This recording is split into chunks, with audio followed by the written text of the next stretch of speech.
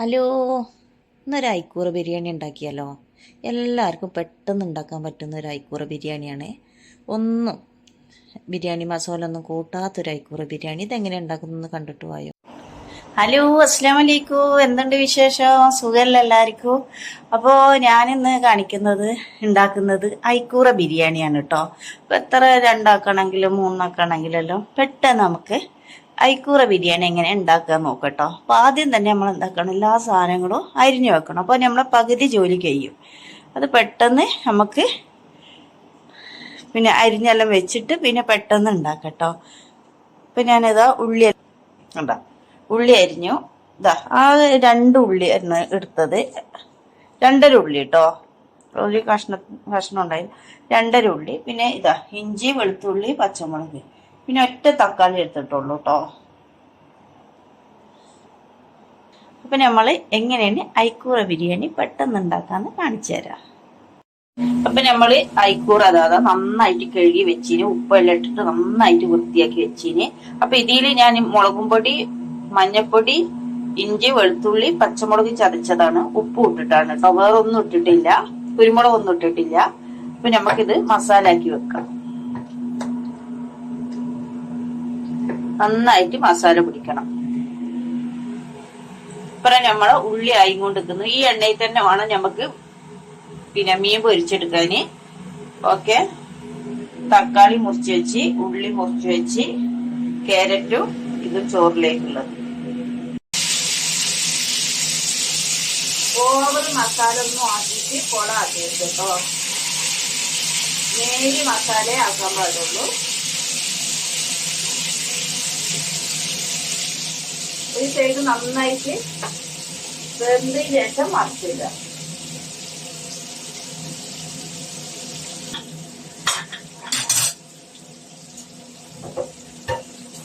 നമുക്ക് പെട്ടെന്ന് ടൈമില്ലെങ്കിൽ പിന്നെ ഉണ്ടാക്കാൻ പറ്റുന്ന ഒരു സംഭവമാണ് കേട്ടോ.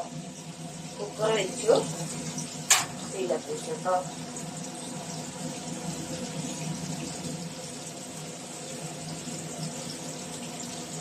അപ്പൊ തക്കാളിയും ഉള്ളിയും ഇട്ട് കൊടുത്തു കുക്കറിൽ പെട്ടെന്ന് ബിരിയാണി ഉണ്ടാക്കുന്നത് ഞാൻ കാണിക്കുന്നത്. കുക്കറിൽ മസാല മാത്രമേ ഉണ്ടാക്കുന്നുള്ളൂ. ഇനി നമ്മള് ഇതിൽ വെള്ളമൊന്നും ഒഴിക്കരുത് കേട്ടോ. ഇനി ഇതിൽ നമ്മളൊന്ന് മൂടി വെച്ചിട്ട് ഒരു 3 വിസില് അടിച്ചോട്ടെ. ഈ സമയം നമുക്ക് പച്ചമുളകൊന്നും ഇപ്പൊ ഇട്ട് കൊടുക്കണ്ട, ഇത് നന്നായിട്ട് വെന്ത് വരണം.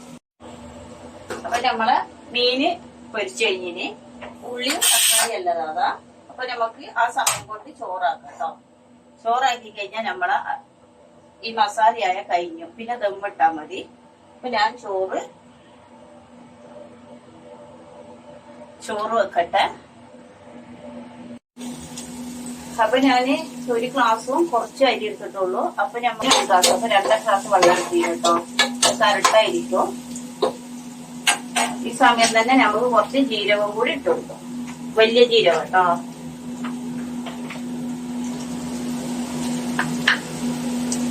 ഇതുള്ള വലിയ ജീരകം.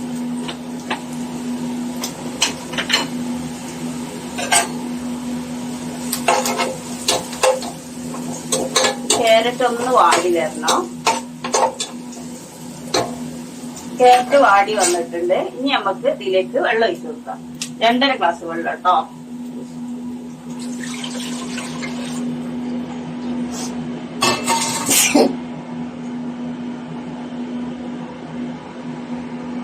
അപ്പൊ വെള്ളം നന്നായിട്ട് തിളക്കണം.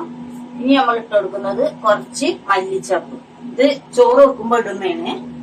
പിന്നെ ഇടുന്നത് കുറച്ച് കരിവേപ്പിന്റെ ഇല. ഇനി ആവശ്യത്തിന് ഉപ്പ് ഇട്ട് കൊടുക്കുക.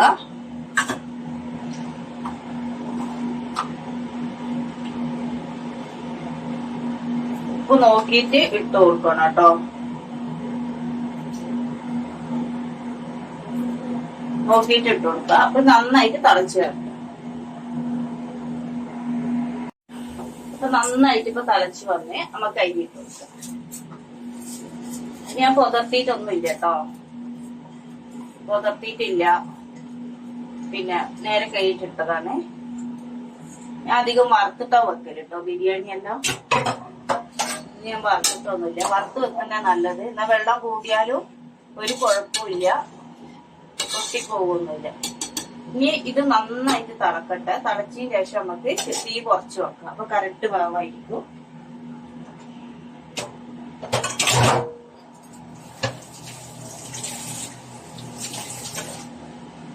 അപ്പൊ നമ്മള് ഇപ്പൊ പഠിച്ചു വരുന്ന കുട്ടികള് അരി എടുക്കുമ്പോൾ വെള്ളമാണ് നന്നായിട്ട് ശ്രദ്ധിക്കേണ്ടത്. വെള്ളം എന്ന് പറഞ്ഞിട്ടുണ്ടെങ്കിൽ ഒരു ഗ്ലാസ് അരിക്കും 1.25 എടുക്കുക, 1.5 എടുക്കുക. അപ്പൊ അറിയാത്തവരെ എല്ലാരും ഒരു 1.25 എടുത്തോളൂ കേട്ടോ. നിങ്ങൾ തീ കൂട്ടി വെച്ചാൽ വെള്ളം പറ്റിയുള്ളൂ, ചോറ് വെന്ത് വരില്ല.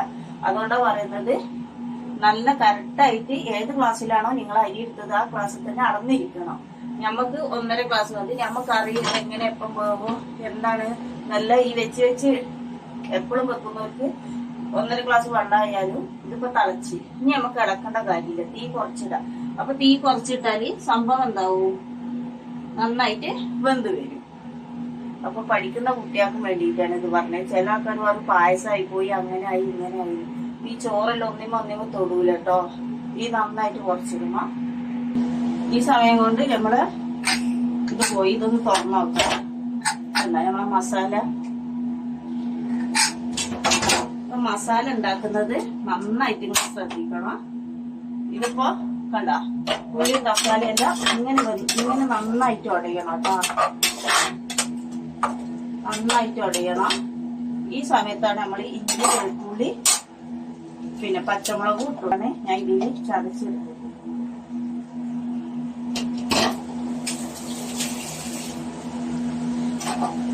നന്നായിട്ട് ഈ ഇഞ്ചിയും പച്ചമുളകെല്ലാം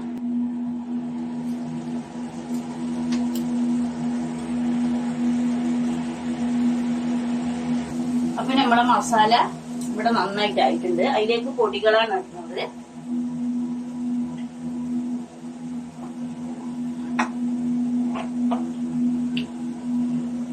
അപ്പൊ നമ്മൾ അയക്കൂറ മീൻ ബിരിയാണി എല്ലാം വെക്കുമ്പോ ഒരു കാര്യങ്ങൾ ശ്രദ്ധിക്കണം. അത് ഞാൻ പറഞ്ഞുതരാം. കുറച്ച് മുളകും പൊടി, ഒരു നുള്ളു മതി.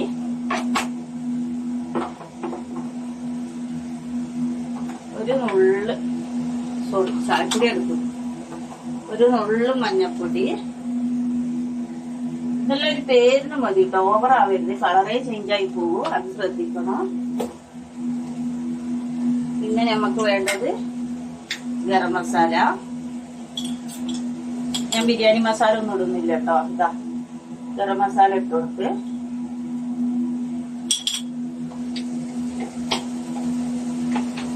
ഇനി നമുക്ക് വേണ്ടത് കുരുമുളക് പൊടി. കുരുമുളക് പൊടി എരിവിന് ആവശ്യത്തിന് ഇട്ട് കൊടുക്കാം. പൊടിഞ്ഞിട്ടില്ല കേട്ടോ. പൊടി എന്നാലും കുഴപ്പമില്ല, നല്ല രസമുണ്ടാവും.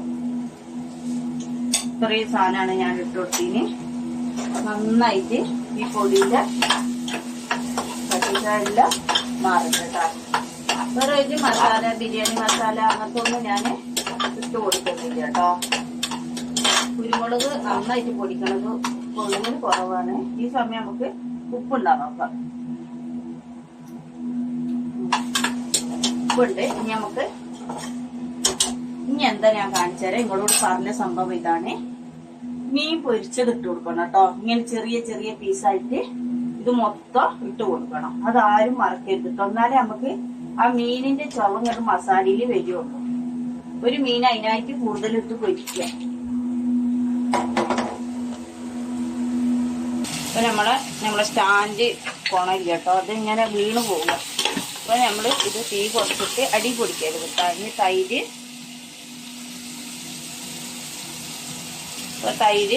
ഒഴിച്ചു കൊടുക്കും. ഒരു 3 സ്പൂൺ തൈര് കേട്ടോ. ഒരു 3 സ്പൂണ് തൈര്. ഇപ്പൊ നമ്മൾ പരിപാടി കഴിഞ്ഞു കേട്ടോ മസാലന്റെ.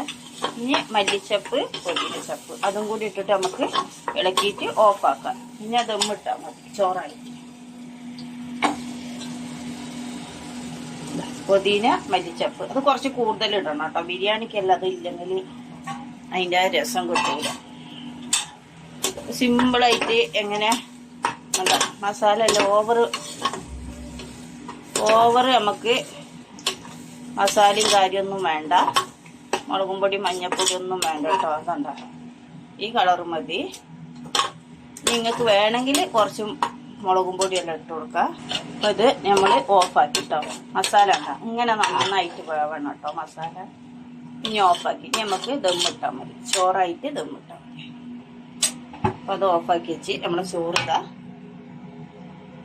ഞാൻ ഇന്നലെ ആ കടക്കാരനോട് ചോദിച്ചു ചെറിയ അരിയാണോ അതാത്താ നല്ല അരിയാന്ന് പറഞ്ഞ് കൊണ്ടൊന്ന് നോക്കുമ്പോൾ വലിയ അരി. പിന്നെ തിരിച്ചു കൊടുക്കാനൊരു മടി. അവർ സൈക്കിൾ ഓടിച്ച് നമുക്ക് സാധനം കൊണ്ട് തന്ന് പിന്നെ അങ്ങനെ തന്നെ പോയാൽ ഇത് വിഷമം. നമ്മളെ ആങ്ങളാരും അതിൻ്റെ കൂടെ എല്ലാം പണിയെടുക്കുന്നുണ്ട്. ഞാൻ പറഞ്ഞാൽ അത് മതി, ഇത് വലിയ അരിയാ. അപ്പൊ നമ്മളെ ചോറ് വിടാതെ ഇനി നമ്മൾ ദമ്മിടാൻ പോകണം. ആദ്യം നമ്മൾ ഈ ചോറെല്ലാം എടുത്തിട്ട് ഒരു പാത്രത്തിലേക്ക് ഇടണം കേട്ടോ.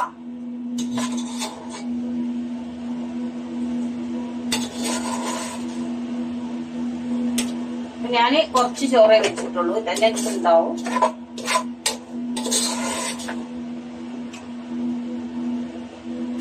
നല്ല സ്മെല്ലാ വരുന്നത് കേട്ടോ. ഓയില് നമ്മള് നെയ്യ് പോലും ആക്കിയിട്ടില്ല, എന്നിട്ടും നല്ല സ്മെല്ലാണ്. എല്ലാ ചോറും ഇതിലേക്ക് മാറ്റും. അപ്പൊ ഈ ചോറ് നമുക്ക് ഇവിടെ മാറ്റി വെക്കാം. ഇനി നമ്മള് ചെറിയ തീയിലിടട്ടോ. നമ്മളെ മസാല ഫുള്ള് ഇതിലേക്ക് കാണുന്നുണ്ടല്ലോ. കുക്കറിൽ മസാല ചോറ് അപ്പുറം ആയാലും പെട്ടെന്നാവും കേട്ടോ. നല്ല നിരത്തി കൊടുക്ക, കാണുന്നുണ്ടല്ലേ. ഇപ്പൊ നിരത്തി കൊടുക്ക.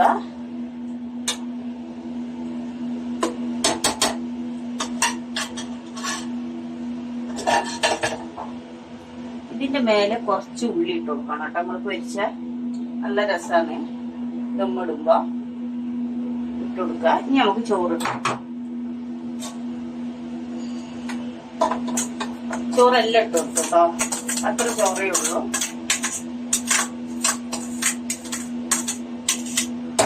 അപ്പൊ നമ്മൾ കളറൊന്നും കൊടുക്കുന്നില്ല. ചോറെല്ലാം ഇതില് ദമ്മാക്കാം. അപ്പൊ നമ്മള് ദാദാ കളറൊന്നും കൊടുക്കുന്നില്ല, നിരത്തി കൊടുക്കുന്നേ.